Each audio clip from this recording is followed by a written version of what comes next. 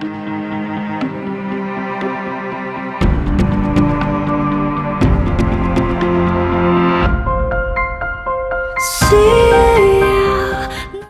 everyone, welcome to my YouTube channel. My name is Fumi Adebe. Welcome to my channel once again. This is a channel where I try as much as possible to explain or to share my ideas, my thoughts on how to ace the IELTS test. Please stay with me. So today I would be focusing on one very challenging question type in the reading test. This question type, I believe a whole lot of people would agree that it's one of the most challenging and tricky question type in IELTS reading section, by the way. So this question type is true, false, not given question type. Even by me saying it, I know a lot of people will be like, oh yeah, it's actually quite tricky. So what I'm going to be doing is I'm going to be sharing how we can ace the true, false, not given. I believe there are some tricks to it that would help you get most of your answers correctly when you have that question type that is true, false, not given. I have like a note that I've put together on how I feel you can handle true, false, not given question type. Remember, just a little disclaimer, this is what I believe would help you. This is as a result of, or should I say as a result of my experience being a student of IELTS and also being an instructor of IELTS over time. And trust me, I've taken the reading test 3 times and it's 9 band back to back. Not because of anything, but because of how I approach my reading questions. So these are the things that I recommend to my student, and I'm thinking, no, why not let me share it also on my YouTube channel. I recommend it to my student and they find it quite helpful. So I believe sharing it with you, you also can find this very, very useful. Okay, let me start with some of the basic information about the reading section. The reading section is that particular part of the test that you would have to deal with some reading passages and answer some questions attached to each reading passage. So basically you have about 3 reading passages and you have 40 questions in total to answer within 60 minutes. So the way the questions are designed are what we call question types. For some people, you may not necessarily know what question types are. The way you handle the questions and the way the questions are designed, that's where they get their names from. So we have questions like true, false, not given, matching headings, matching information, matching sentence headings, sentence completion, summary completion, and a whole lot. I think altogether we have about 11 major question types in IELTS reading section. And one thing is, you do not handle all these question types the same way. For example, I think I mentioned some question types the other time: matching headings, information, sentence conclusion. Matching headings, matching information, matching sentence endings, matching features. You can see they share a particular word in common: matching, matching, matching. But trust me, that is where it ends. You actually don't handle all these 4 question type that seems to sound alike the same way. They all require a different strategy. And today I'm going to be sharing how you can handle true, false, not given question type. Alright, so I have here, this question type can be very tricky. The question will consist of several statements. You need to discuss whether each one is true according to the information in the text. However, if the question statement contradicts something found in the text, you must mark the answer false. If the information in the question statement cannot be found in the article, you mark not given. So it's as good as true if the information matches or agrees with the information in the reading passage. That's true. But when the statement in the question contradicts what you have in the reading passage, that's false. And when that information is not there at all, is as good as not given. So that's how you handle, that's the bedrock, that's the basic rule. So I know a lot of people find false and not given a little bit hard to decipher. The major difference between false and not given is that for false information, that means there's something in the reading passage indicating that this particular thing is false. That you're basing your judgment on something you're seeing in the reading passage contradicting what is in the question. While for not given, it's just like I said all over, it's actually not there. that information is not there at all. You keep, but note, for not given information, you can find about 50% of the words, of the keywords in the question in the reading passage. That does not necessarily mean it is false or true. That information can still be not given. At this point, I'll be sharing some essential tips to bear in mind when answering true, false, not given. Alright, there's this philosophy of mine that I try to sell to my student, and trust me, I've been doing this for about 2 years. It works like magic, and that's the fact that you don't have to read your question type.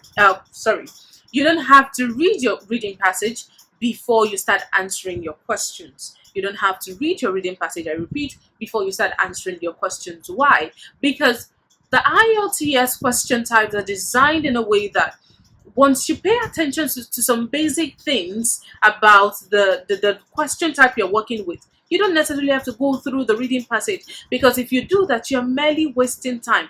Most of the time, you don't need all the information contained in the reading passage, and you've spent about 5 minutes, 7 minutes reading something that won't help you find the answer. So what's the point? So I'm going to be sharing how you can handle true, false, not given without reading the question type and still arriving at your answer. So the first thing I would want you to keep in mind is answers are usually in order. The answers are usually in order. So that means you find the answers to question 1 first, before question 2, before question 3, before question 4, and so on and so forth. So the answers are arranged in a chronological order in the reading passage. So that's one essential tip to bear in mind. The answers are usually in order. But note, that does not necessarily mean that you'll find the answer to the first question, the first question in the first paragraph or in the second paragraph. Sometimes the answer to the first question might even be in the third paragraph. So all you have to do is to pay attention to the information contained in each paragraph and match it to the information you're trying to ascertain if it's true, false, or not given. Another essential tip to bear in mind when dealing with true, false, not given is you don't ultimately have to read the reading passage. I think I mentioned that. You don't read the reading passage, you only read your questions and search for the answers in the reading text. Your knowledge of how the question type works will guide you. Like I mentioned, the answers are usually in order. Another thing to have at the back of your mind is, in as much as you're not reading the reading passage, try to read the title and the subtitle of the reading passage. Try to read the title and the subtitle of the reading passage. This would help you understand what the reading passage is all about. So another thing we need to look to have at the back of our mind is, for true, false, not given question type, you match meaning, not words. You match meaning, not words. For true, false, not given, always match meaning, not words. Because I think I said it before that sometimes you can have about 50% of the keywords in the question. That does not necessarily mean it is true or false. It can still be not given. What you're matching ultimately is meaning, not words. So never match words, match meaning. But note, you can actually use your words to track where you can find your answer. Be aware that you won't find the same words in the question in the reading passage. It would have been paraphrased. You would only find something that suggests that in the reading passage. You don't find the same words in the question in the reading passage.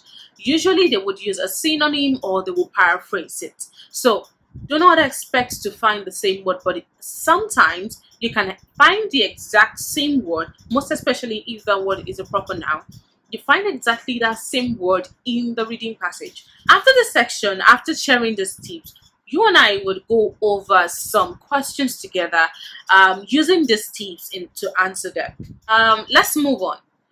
To ascertain whether it's true, false, or not given, you should be able to capture the full meaning of that information, both in the reading passage and also the question. If you do not understand the question, it might be quite difficult to answer the question properly. For you to ascertain if it's true, false, not given, you should be able to capture the full meaning of that information, of that statement in the reading passage. And also, sometimes when you read your question and you don't understand the question, for you to ascertain or to determine if it is true, false, not given might be quite challenging. So do not be in a rush to go to the reading passage when you get your question. That's what a lot of people do. They just read the question, they're not processing it or interpreting it in their head, and they're running straight to the reading passage to, and that's one thing, you don't have to rush it. Just take your time. I know definitely that IELTS reading test is about time management, but trust me, the more you practice, the better you become. The more you practice, the better you become. So in a way, the more you practice, you perfect your skills, and it helps in increasing your speed when tackling reading IELTS reading questions. Try as much as possible. Do not be in a hurry to go to the reading passage without fully understanding the meaning of the question statement you're working with. This tip I'm about to share might sound quite funny, but trust me, it's also something that I've discovered over time that helps. And what's this tip?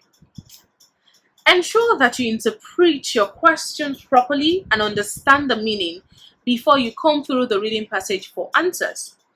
You might want to interpret the question in your first language in order to have a better understanding of the question. You might want to interpret the question in your first language in order to have a better understanding of the question. Let me explain that a little.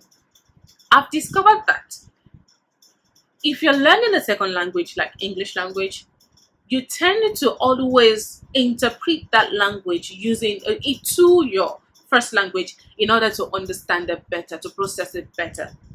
So if I'm a Yoruba girl and I see a particular question and I interpret it in Yoruba, in a way it sinks better, such that when I find that expression written in a different form but maintaining the same meaning in the reading passage, I understand. So there's no how you want to twist it, there's no how you want to paraphrase or use synonym that I won't still capture what you're trying to say. So this is one thing that helps a lot of people, most especially if English language is not your first language. When you get your question, try to analyze it and interpret it in your first language to understand the true meaning so that you can ascertain if it is true, false, or not given. Another thing to bear in mind is that when answering the questions, do not use your prior knowledge about the subject matter in the reading passage. Use only the information in the reading text to answer your questions. What do I mean by this? A lot of people, take for example, if the reading passage is about international admission, and perhaps you are a guru when it comes to international admission, so you're like, I don't need to read the reading passage. All I need to do is to just what do you mean? Let me just look at the no. Do not use your prior knowledge, because sometimes what you feel is not, and usually the instruction will say according to the reading passage, not according to what is obtainable. I've been able to share some tips, or should I say tactics, that I feel can help you with not true, false, not given question type. What I'm going to be doing now is to highlight some things that I feel, even in as much as we have those tips at the back of our mind, we still need to pay attention to them so that we do not fall into not answering the questions properly. So the first one I'm going to be sharing here is called game changers. So sometimes there are some words or phrases in the statement that changes the statement altogether or alters it. In such cases, your understanding of the full meaning of the question statement will help you. The next one is searching the reading passage. When searching for an answer to a particular question, when you find the paragraph or sentence that contains the answer, ensure you read everything before concluding on your answer. This is because sometimes when you do not read through, some information might be hidden and they may be the major determinant of the answer.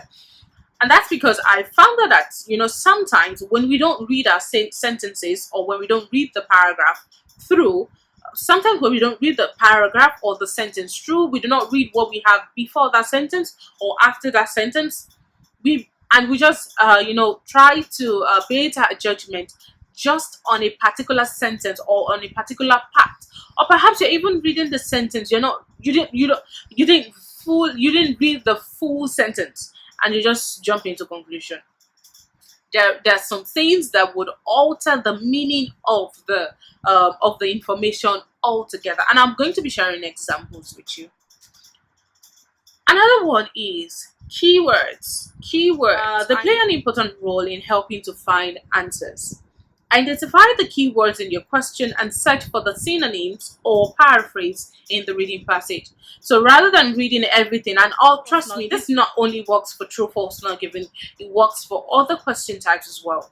Using your keywords. So all you need to do is to identify the keywords in your question and use them to search, to quickly skim and scan through your reading passage and search for that keyword or its synonym or paraphrase for you to locate where you might find your answer. Last but not the least, I would advise that continue your reading from where you got the last true or false answer to get the next question.